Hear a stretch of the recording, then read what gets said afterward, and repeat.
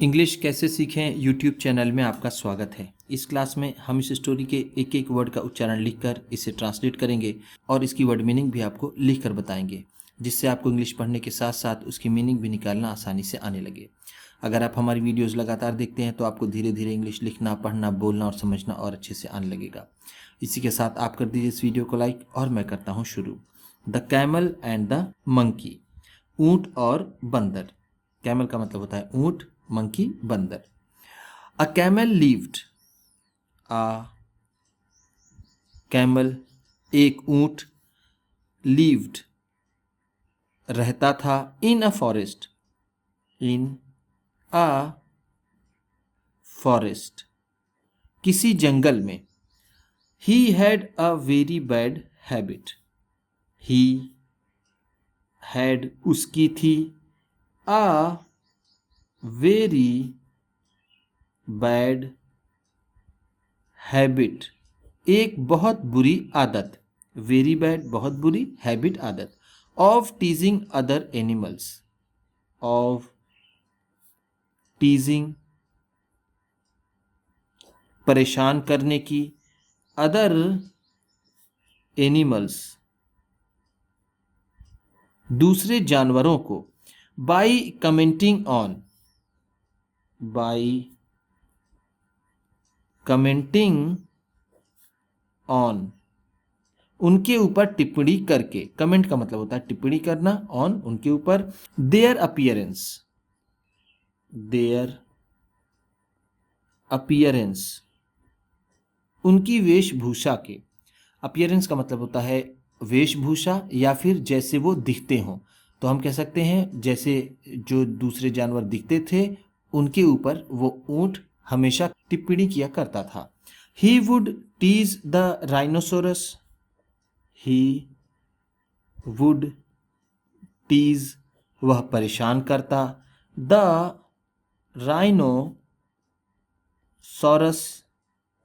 गैंडे को। राइनोसेरस का मतलब होता है गैंडा। एंड से और कहता, oh oh you have only one horn. You have only one horn तुम्हारे पास सिर्फ एक ही सींग है। हॉर्न का मतलब होता है सींग, ओनली सिर्फ, वन एक। On your nose. On your nose तुम्हारे नाक पर। वेयर एज जबकि। All other animals. All other animals दूसरे जानवरों के। हैव हैं टू हॉर्न्स। टू हॉर्न्स दो सींगे। On their heads. On there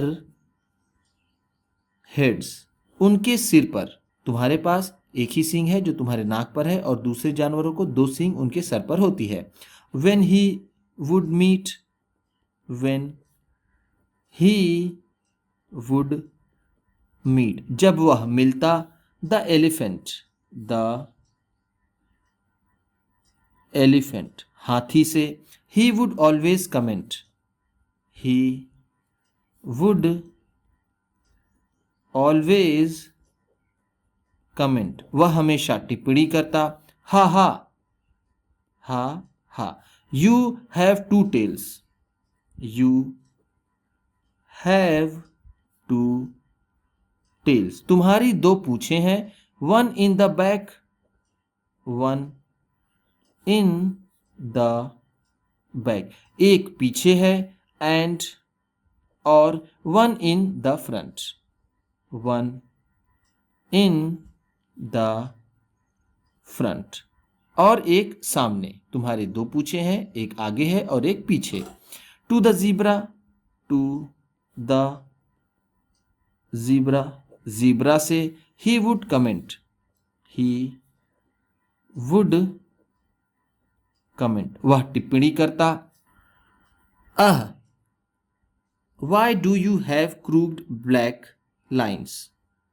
Why do you have, तुम्हारे पास क्यों है, crooked black lines,